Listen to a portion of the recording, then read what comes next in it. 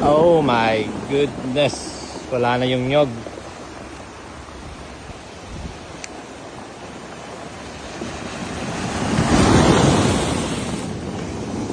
Lupa ko nawala na rin. Ang daming nawala.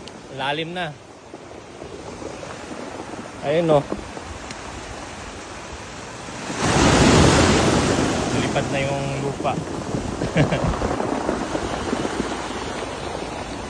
So far nag-survive naman ang bahay natin.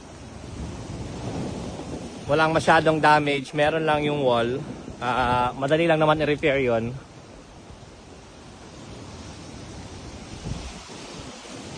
Ayan. Ay, ang daming kalamintas. Ito, nabuksan, natanggal yung ating bisagra dito. So, babalik lang natin yan. And then, nilipad tayo ng isang bubong doon. Andito naman. Kunin lang natin yan. And then, ito yung pinaka-damage dito sa bahay. Ito. Natanggal yung wall natin dito. Nabasa ba sa loob? Hindi naman. So, good thing meron tayong nakalagay na insulator dito. Hindi siya napasok ng tubig sa loob.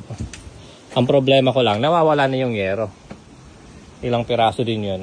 1, 2, 3. 3 piraso nawawala kung saan napunta. Madali lang sanang ikabit yun. Kaya lang, saan napunta ang yero? May nagkuha na yata. Oh well. Madali lang naman itong ayusin. Ang daming kalamintas. Simulan na natin to. Ang daming lilinisin.